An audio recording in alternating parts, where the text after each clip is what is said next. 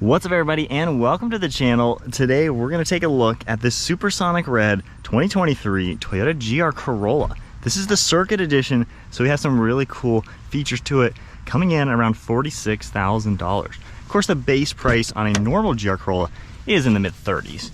However, let's take a look at what is going to power this all-new hot hatch from Toyota. So if we can just find the hood latch, pop this open. Underneath the hood, this has a turbocharged 1.6 liter 3-cylinder engine. However, it's pumping out 300 horsepower with 273 pound-feet of torque. This car can also do 0 to 60 in under 5 seconds and top out around 143 miles per hour. Now it's only paired to a 6-speed manual transmission, and it has a 4-wheel drive system. It can do 50-50, 70 in the rear, or 60 up front, depending on daily driving, track driving, or if you want to get a little tail happy in your GR Corolla. Now moving to these headlights, really cool LED design. I like the blacked out look, and they're pretty massive. They fit the front end with this aggressive style. I like how this part really cuts towards the Toyota badge. We're going to see functional air inlets to provide maximum cooling to this car. And then the lower grille is huge, finished off in gloss black with more openings, and you might be able to tell on the intercooler it says GR4, which is all about the 4-wheel drive system. We have the GR badge, of course an LED fog light, some trim on the side, and I really like the body color for that front splitter. Overall, this is definitely one aggressive looking hot hatch. I think they did such a good job. On the hood, you get more sharp body lines and a really cool raised section in the center with these nice trim pieces finished in gloss black. And then at the side profile, we get a beautiful set of 18-inch wheels. Multi-spoke design finished in gloss black, and we get a nice set of brake calipers. 4-piston up front with slotted and ventilated rotors, nice Michelin tire, then a nice sharp body liner surrounding the fender. We do have a fender trim piece along with another GR badge, and I like just the clean body lines throughout the side profile. On the side skirt, we get another GR4 name, and it leads its way into these wide body fender flares.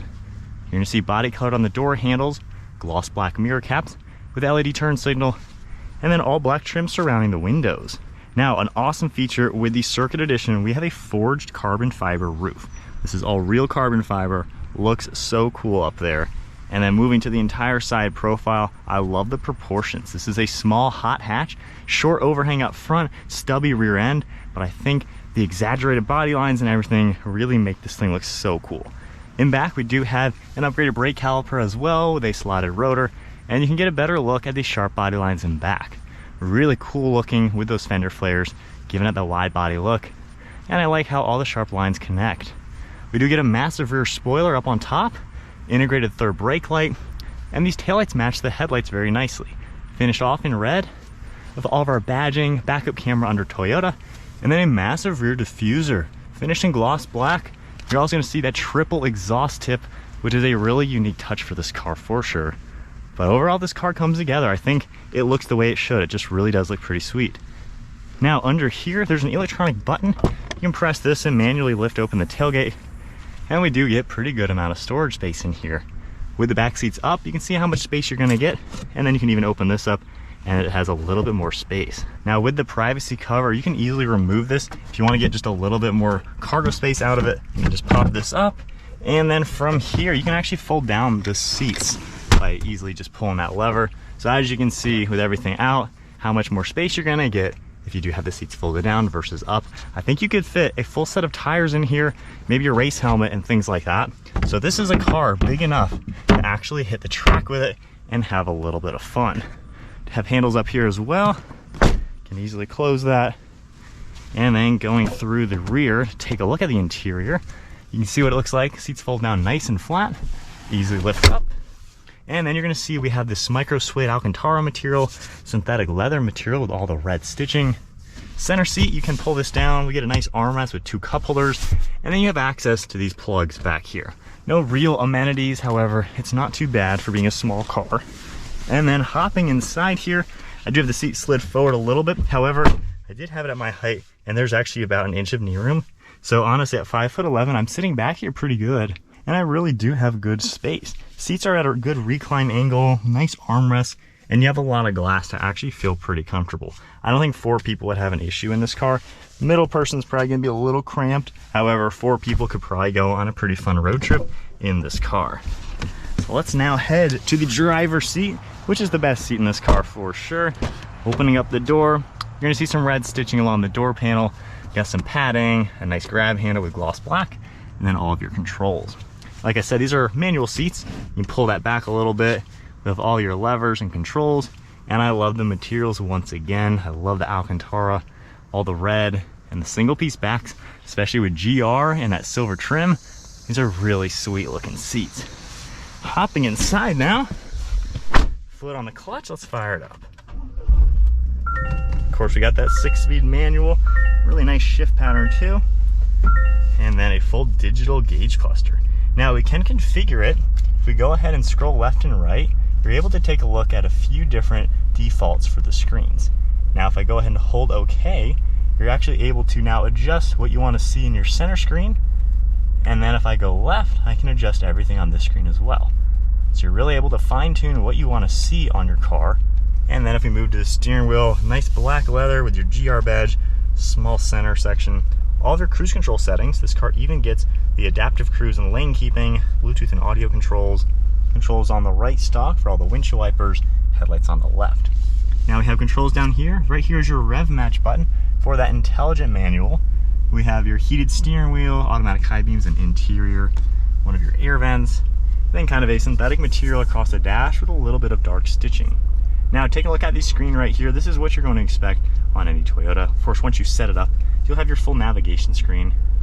But we have audio, phone integration, more information for vehicle. You can go into trip information, things like that, any vehicle alerts, settings within the car, and then for reverse, you get a nice backup camera as well.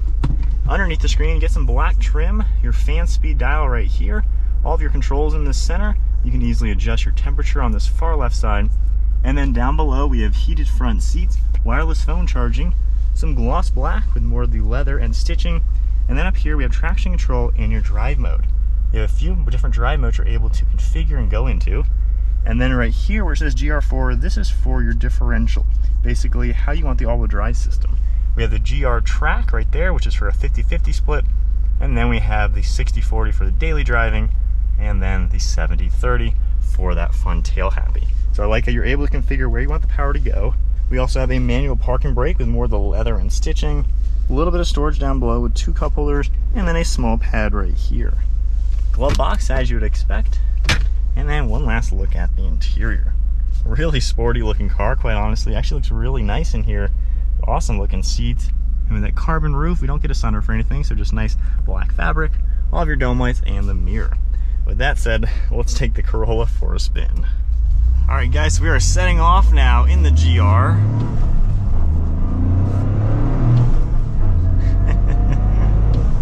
So I have the gauges set up to where I have the boost gauge, my gear right in the center, and a G-force meter. We're in sport mode, and I scrolled this to the right, which goes to the rear bias, 30% up front, 70 in back. You can hear the turbo in between shifting. It is a fun little car. Of course, being brand new, I'm not really ripping on it. Of course, keeping the RPMs a little bit lower. But this thing is fun to just zip around in. It seems kind of like you can just play with the car, have some fun cruising around. It feels super darty and nimble, and just something you can just toy with. Now, as far as visibility and some normal things as we wait for the light, you do have a really good view out of the windshield, great mirrors and everything. Looking over your left and right shoulder too, really good on that side, and good over there as well. This is fun. The manual feels pretty engaging too. This is a lot more direct feeling than I was expecting.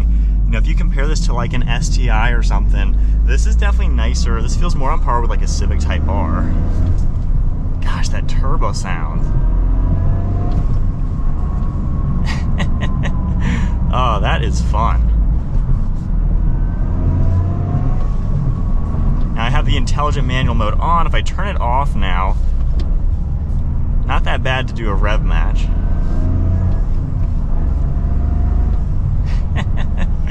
Yeah, this is pretty cool. Not too many turns, but you can tell this car just feels really darty, light on its toes, no body roll or anything like that. And then even when we make a sharp turnaround, it it's a very nimble car. You know, there's not much car here. You know, it's easy just to maneuver it all, easy seeing around every which way. So it's a car that, you know, you can still drive around town, and it's small, you know, so you don't have to worry about any of the negatives of a bigger car, but it's easy maneuverable.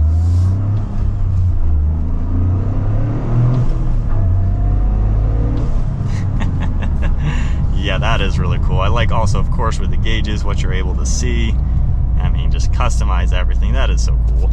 Drive modes, if we tone it down now into eco mode, you can tell the car relaxes, tones down. Steering's a lot more relaxed as well. The suspension is nice and firm, but it's not backbreaking. It feels like something that's actually just like livable for a fun daily, but you can still then rip around in it and just play with the car. So I like the driving dynamics to it. It feels just like a fun hot hatch, which is exactly what it's supposed to. So flat, taking sharp turns. Yeah, the clutch pedal, there's enough feedback, and then this does have a little bit of a notchy feel to it, which is really cool. So it's fun. Seats are comfortable too. I mean, it's a good place to be. It's an easy car to drive, and honestly just an easy car to get familiar with. Maybe you're getting into the performance world, this isn't a bad way to go. Especially a base model, mid-30,000s, you know, not too hard to get into one of these. The Circuit Edition, of course, has a few more bells and whistles to make it more track focused and things like that. Obviously the name Circuit, that means track basically. But yeah, this thing is fun to cruise around in. Not blisteringly fast, however, it is quick, it is nimble, it's very well balanced. Don't think you can go wrong.